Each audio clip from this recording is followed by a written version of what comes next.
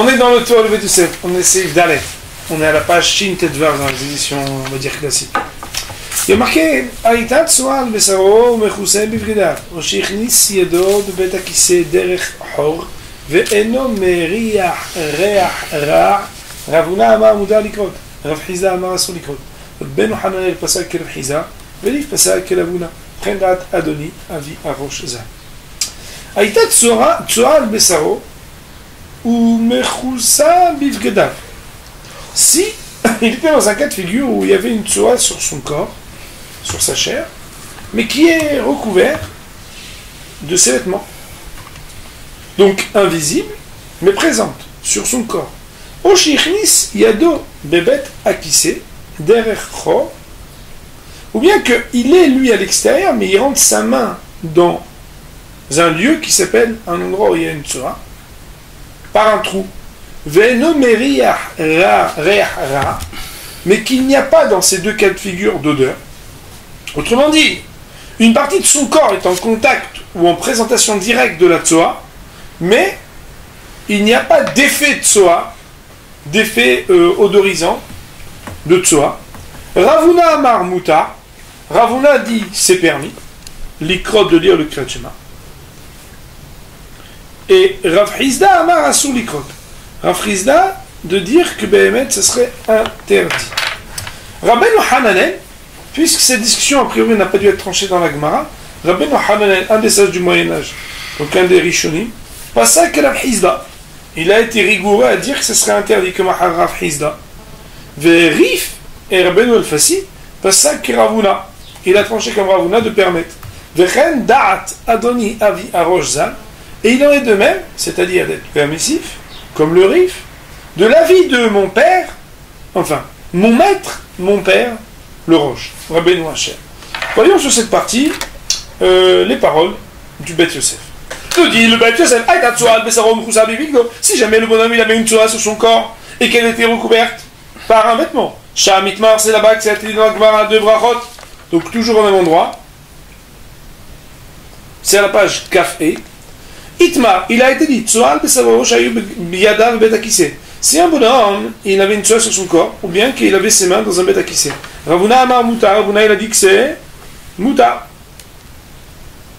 Likot Kachema, Rav Hizda Amar Asu, Likot Kachema. Et Rav Hizda lui dit que c'est Asu. Ou bien Rachid avait dit, Yada bevet akissé, c'est quoi quand les mains sont dans les toilettes? Mais c'est qu'il y a un cas de figure où le bonhomme il a une séparation qui fait écran entre lui et les toilettes. Et lui il a tendu sa main du côté intérieur de ce qui fait écran. Et quelle est la raison pour laquelle Ravuna, lui, il a dit que c'est permis? C'est parce qu'il est marqué Kol Neshama Te'alelka. Kol Neshama Te'alelka. Que toute âme pourra te louer. On va voir ce que ça veut dire, parce que nous on ne comprend pas bien. Mais Rashi, il explique, si on laisse parler le Beth Yosef quelques secondes, il va expliquer comment la Gemara l'explique. Mais Tamad Rav Hizda dit que c'est interdit. Pourquoi Mishum Dri? Parce qu'il est marqué Kol Atzmotai demande à Hachem. Michamocha. Tous mes os, tous mes membres diront Hachem Michamocha, scanderont que Akash qui est comme toi. Puis là, Rashi il explique comme un Neshama. C'est-à-dire quoi Kol Neshama?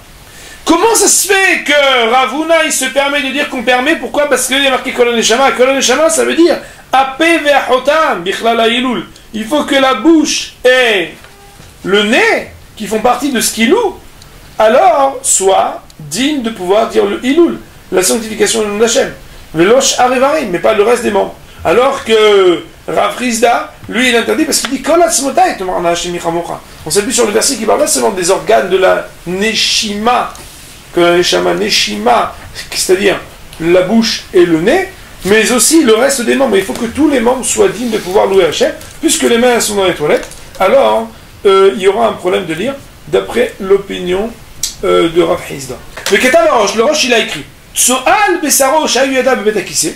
Donc, quand le Roche, il a ramené cette Gemara, Pirouche, il a expliqué Shayuada Tsoal Besaro Mechusam Bigdo, qu'il s'agit d'un cas de figure où il y avait de la tsoa sur sa chair qui était recouverte d'un vêtement. Ou bien qu'il a rentré ses mains par un trou dans les toilettes, ça veut dire dans la pièce des toilettes, pardon, bête qui s'appelle les toilettes, Ve'eno meria re'achra. Et donc, la petite tosefet, le petit rajout du roche, c'est qu'il n'y a pas d'odeur qui se ressent. Au passage, Rabbeinu Hananel, il a cité le roche, l'opinion de Rabbeinu Hananel. Que quoi? Qu'il y a Rav Frisda, que c'est comme Rav Frisda, ça veut dire que ce serait interdit. Bien sûr, Afagad de Rav Frisda Talmideh de Rav Huna, bien que Rav Frisda était l'élève de Rav Huna, et que normalement on irait d'après le maître qui permet, plutôt que d'aller comme l'élève qui interdirait, et donc comment comprendre Rabbeinu Hananel qui dit qu'on va quand même être marmir? Azlinan le Khumra, Rabbeinu Hananel dit on va aller d'après la Khumra. Et c'est comme ça aussi que le Hor-Zarwa a tranché. Autrement dit, ici, le Roche insiste pour mettre en exergue la position, on va dire, très forte de Rabbeinu Hananel. C'est-à-dire que Rabbeinu Hananel, il sait que Rav Frisda, malgré le fait qu'il était l'élève de Rav Huna, on a quand même tranché comme lui pour être marmir. Et ça, c'est l'opinion pas seulement de Rabbeinu Hananel, mais aussi du Hor-Zarwa. Ve'arrive Kata, et donc le Roche, Rabbeinu Hacher, qui quand il ramène les conclusions de l'Agmara, ramène l'opinion du Rif, il a écrit Kata de Kaimenan Kiravuna, qu'on tranche comme Ravuna. Pourquoi? Chada de Rabbe de Rav Frisda, premièrement parce que c'est le Rav de Rav Frisda, et que quand il y a un Rav et un élève, on tranche comme le Rav. Ve'od, et de plus, des Makshinan Mine, Perek Amar Laem Amemune. D'ailleurs, et donc ça veut dire, par ailleurs, on pose une question sur Rav Frisda, dans le chapitre qui s'appelle Amar Laemamouné, dans la Gemara de Yoma, de Amar Rav Papa, que Rav Papa il a dit Tsoa bimkoma asur, likrot krat shema, que voici qu'une tsoa, quand elle est à son endroit, c'est interdit dans le krat shema. Pirouche, ça veut dire quoi? L'explication tsoa, bepitabat, quand la tsoa elle est encore au bout de l'intestin, quoi. Ouais, piatabat, c'est le mot qui veut dire l'anus. Echidame, de quelqu'un on parle. Ideniret, si c'est une tsoa qui est visible, ça veut dire à l'extérieur de l'anus.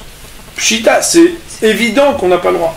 Veideloniret, mais si elle n'est pas visible, mais qu'elle va sortir, l'onitna Torah ne malacha charet. Attends, la Torah, elle n'a pas été donnée aux anges. Un homme, elle n'est pas encore sortie. Comment tu veux faire? Donc quoi? Parce que quelqu'un... L'autre sricha, Yoshev niret, omet enaniret. Pour vous dire, c'est des détails un peu difficiles, mais c'est comme ça la vie. C'est qu'il existe une position ambiguë et ambivalente, où s'il s'asseyait, elle pourrait être visible, et s'il restait debout, elle ne serait pas visible. Autrement dit, si elle est totalement dedans, ce serait permis. Pourquoi? Parce que la Torah peut être une malchachay. Si elle est totalement dehors et qu'elle est donc dans le corps, à l'organe de l'anus à l'extérieur, alors ce serait que c'est interdit. Là où c'est pas totalement dehors, pas totalement dedans, c'est que si tu t'asseyais, on le verrait, sinon non. Là, Behemet, on a besoin de dire que c'est interdit parce qu'on aurait pu penser que non. La Gemara, elle dit Maishna tsoa mitsoa al besaro. Quelle est la différence avec la tsoa al besaro? La Gemara elle dit non, quand elle est à son endroit, elle est très dégoûtante. Quand c'est à un autre endroit, alors il n'y a pas beaucoup de choses dégoûtantes. Ça veut dire quoi? Juste pour les mots de la Gemara, on a vu Rachid Abad Aflamed Amoudalev dans la Gemara de Yoma. Il explique que la différence entre la tsoa quand elle est à son endroit, ça veut dire l'orifice duquel elle sort, l'anus, et quand elle est sur une partie de la chair qui est ailleurs, pourquoi dans un cas elle est plus dégoûtante que dans l'autre? Alors la Gemara, elle dit, Rachid explique, c'est parce que comme là-bas elle a la température de sortie du corps, elle est plus dégoûtante que quand elle a déjà été confrontée au désodorisant et à l'odeur et à l'atmosphère extérieure qui pour beaucoup de fois est moins chaud et moins fort qu'à l'intérieur du corps. Il en reste pas moins que la Gemara là-bas, elle vient et dit, quelle différence entre la chair et l'anus? Ça veut dire que la Gemara, elle dit, elle prend position en disant, voilà qu'il y a une différence entre les deux. Sous-entendu, quand c'est sur la chair, ça serait permis. Ah, c'est permis, ça veut dire que t'es possède comme qui? T'es possède comme Rav Huna. Parce que si t'es possède comme Rav Frisda, même sur le corps, c'est interdit. Donc, ça voudrait dire que ça reste indifférent entre le corps, ça veut dire la chair, et le lieu qu'on appelle Mekomat Tsoa. Donc, De Mideka Makshemina, nous dit le Roche, cité dans le Bet Yosef, puisque la Gemara, elle pose la question là-bas en disant ah ouais, mais quelle différence, pourquoi quand c'est au lieu de l'anus, ça reste interdit, alors que quand c'est à d'autres endroits, c'est permis?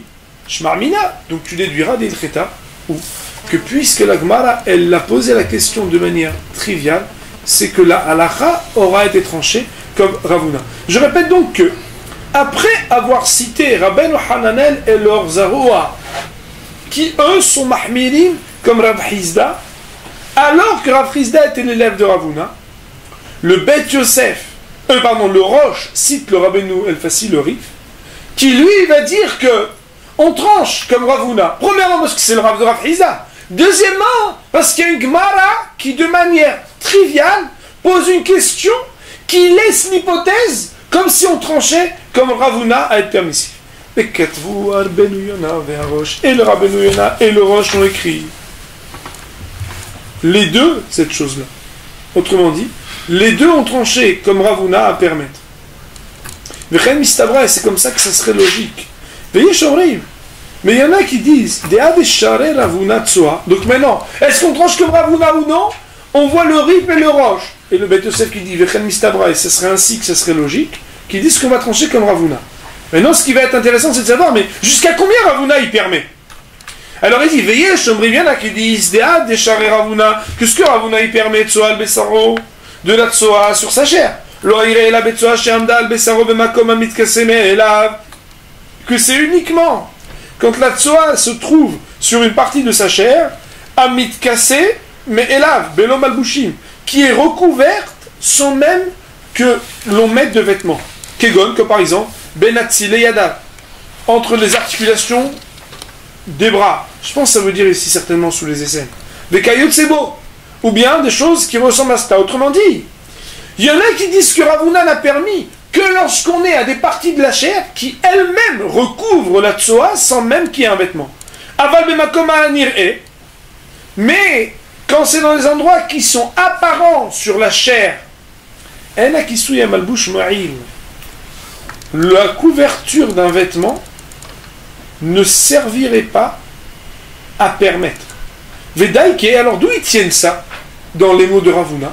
Ils le déduisent, midé parich atam, du fait que la Gemara dans Yoma nous dise idenir et, si jamais la tsoa était apparente et visible, pshita, ce serait élémentaire que ce serait interdit. Mais pshitale, pourquoi la Gemara elle veut dire que c'est élémentaire?